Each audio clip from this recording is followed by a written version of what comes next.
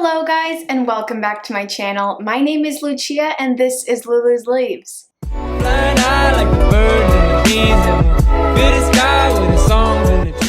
So today I wanted to talk to you guys all about propagation. Honestly, I'm not a huge fan of propagating my plants. I really prefer to have more full plants rather than lots of small plants. That's not always the case actually. I don't enjoy the period between having a nice plant with all of its leaves and having a cutting that may or may not make it. That part makes me a little bit anxious, so that's kind of why I don't like propagating, especially with my more rare and expensive plants. But I have started to dabble a little bit more in propagation, and I started my own prop box. So today I will be showing you guys some of the plants that I know how to propagate. This is by all means not a full propagation guide.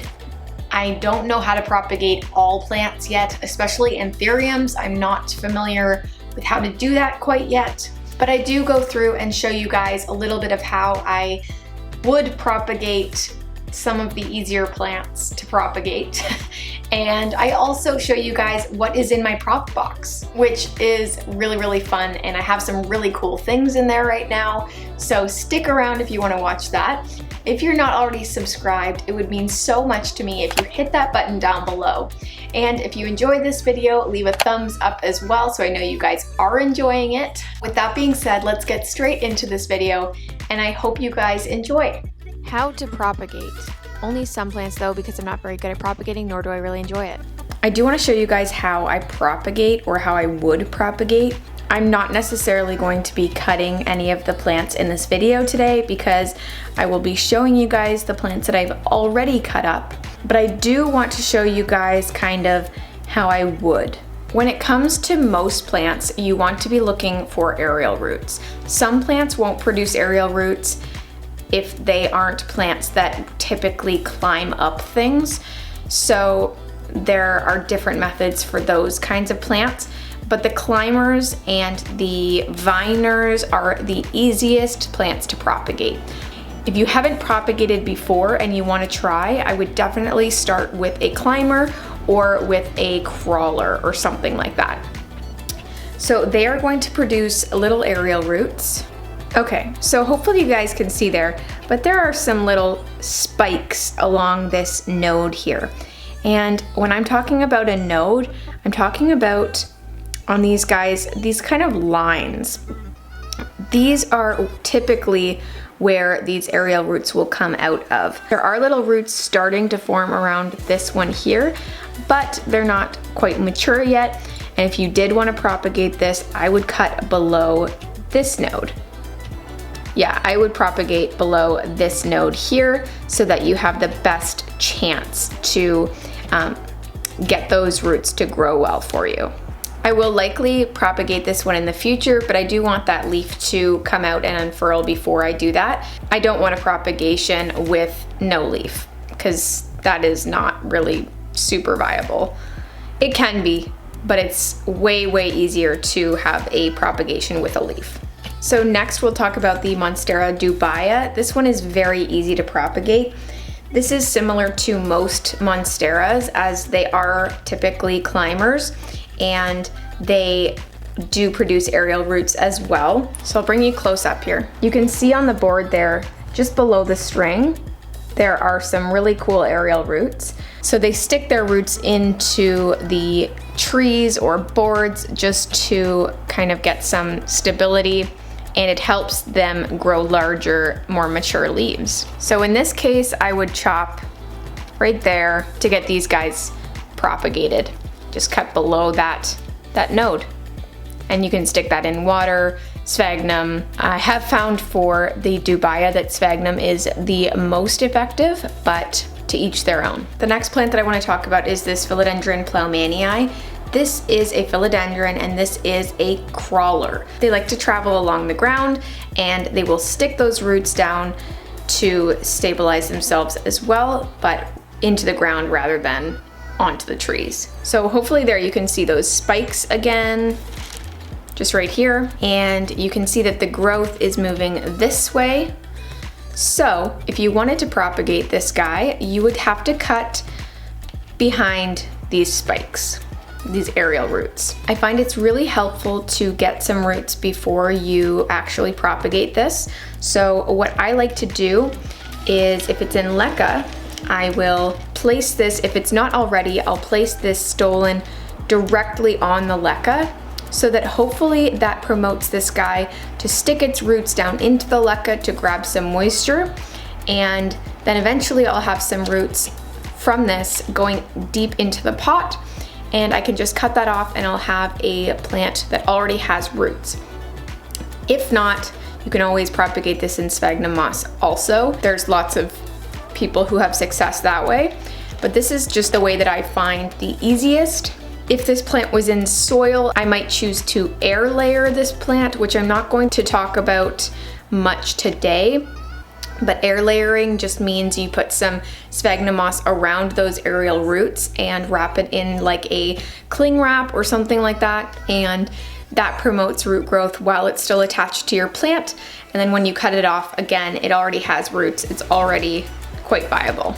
So next I'll show you guys on a Hoya. If I have a Hoya that doesn't have really bumpy stems, or if it doesn't have obvious aerial roots like this plant, I will take a cutting and I will pick off the bottom 2 leaves so that there are nodes exposed. But in the case of this Hoya, I have already propagated this guy, but if there was a leaf up here, you could chop anywhere along here and these roots would turn into nice juicy roots for your plant. I would still recommend putting this in water or in sphagnum or in leca, but having these aerial roots makes it much easier. But rooting Hoyas is easy as it is, so don't fear if you don't have a plant that has a ton of these aerial roots. Sometimes they just look like bumps and those will produce the aerial roots. Let me see if I can find a plant that has those bumps. You might be able to see that this guy has some really tiny bumps along the edge. If I can, I will point them out on the screen, but any of those will also turn into roots. They just might take a little bit longer than an obvious aerial root, but you can definitely cut this stem and get some roots from that. So propagating Maranta can also be very easy. All you need to do is find a node on this plant too. So this here is a node on a Maranta. It's the point where 2 leaves are coming out of the same spot. You could cut this stem right here and roots would grow out of that node there. Eventually, they definitely do take longer than most plants in my opinion, but in, let's say, a month, you will definitely see some roots, maybe even a few weeks. But I just can't bring myself to cut this plant because it is so beautiful and it's trailing finally and kind of hanging off my shelf in a nice way. So I'm gonna hold off on this plant for a while. But yes, anywhere you see 2 leaves coming out of one spot, you could cut and definitely get some roots out of. All right, so the last plant I'll show you guys for demonstration purposes today. I actually will cut this guy for you today. This is my philodendron micans. So each place that you see a leaf coming out of this main vine here is a node. So you could definitely take a cutting below here, and you can get roots from those guys. So I'm gonna cut right below here today. So this is my cutting here, and you can see it's just below this node where this leaf is coming out. But I also could have cut this plant right here below this node. So next on the agenda is me showing you guys my propagation box. My propagation box and its contents. All right guys, so this here is my propagation box. It is just a Tupperware box, and this is what is inside. So what I have inside here is a lot of sphagnum moss. That is basically all that you need to start this project, is to have a Tupperware box and a good amount of sphagnum to fill it in. So I just want to show you guys kind of what I have in here, and yeah, it's pretty self-explanatory. If you do want to propagate your plants in sphagnum, you basically just want to stick it and bury that node under the sphagnum. I'll show you with the micans cutting. So this is the micans cutting that we took, And I'm just going to kind of bury it a little bit in the sphagnum. Actually, I'm gonna put it over here.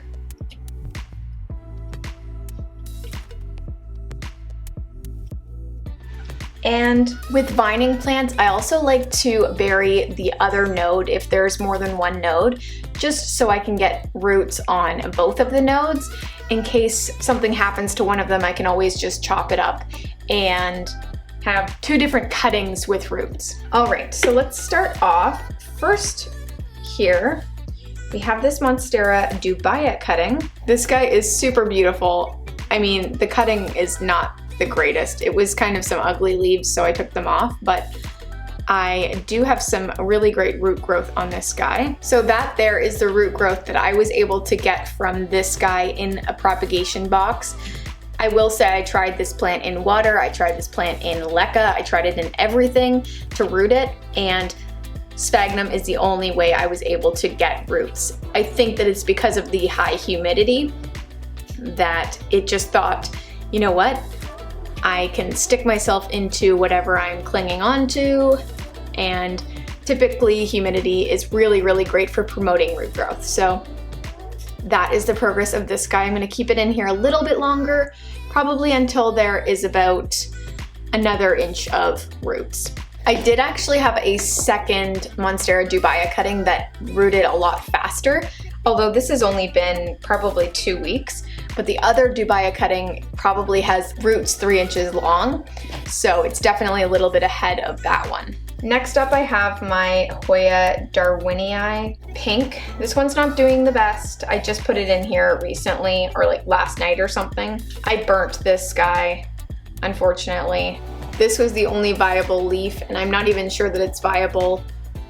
The roots are gone, so I'm just sticking it in here and hoping and praying, because I feel like a lot of things come back from the dead in propagation boxes. So we'll see with that one. I don't have high hopes, but we'll see.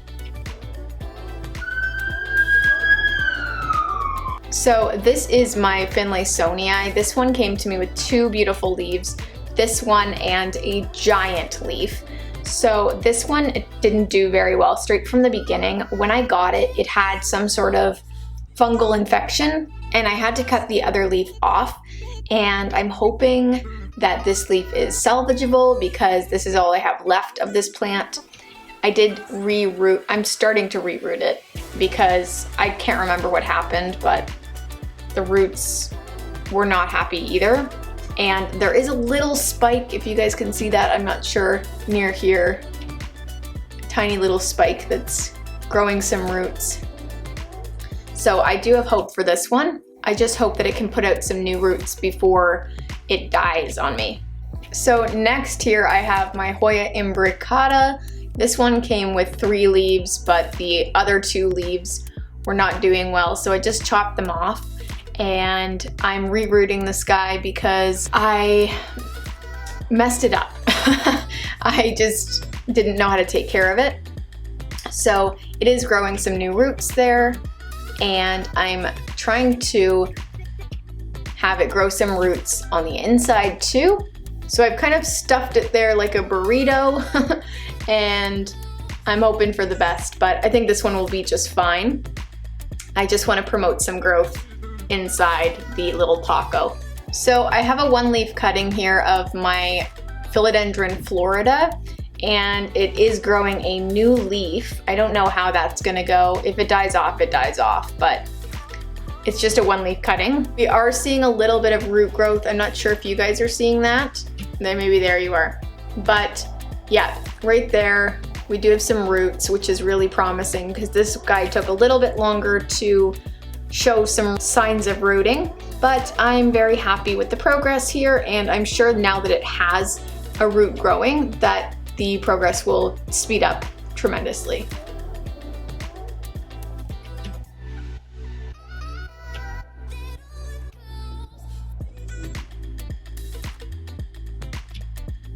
I also have some Epipremnum Cebu Blue in here, and this guy is rooting very well.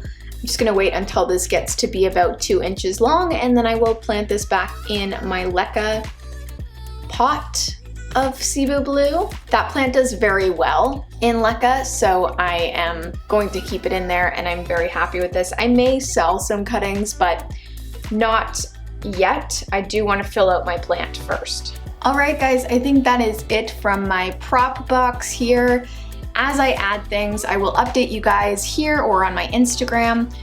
But honestly, if you guys haven't tried this, I really think you should. It's really satisfying too, and it looks quite nice in my opinion. So try it out, give it a shot. It's really, really easy.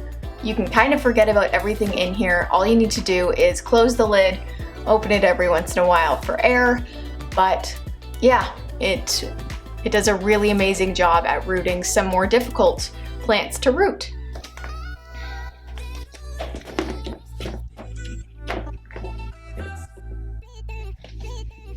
Alright guys, that is it from me. Thank you so much for watching this video. I really, really hope that you guys enjoyed it.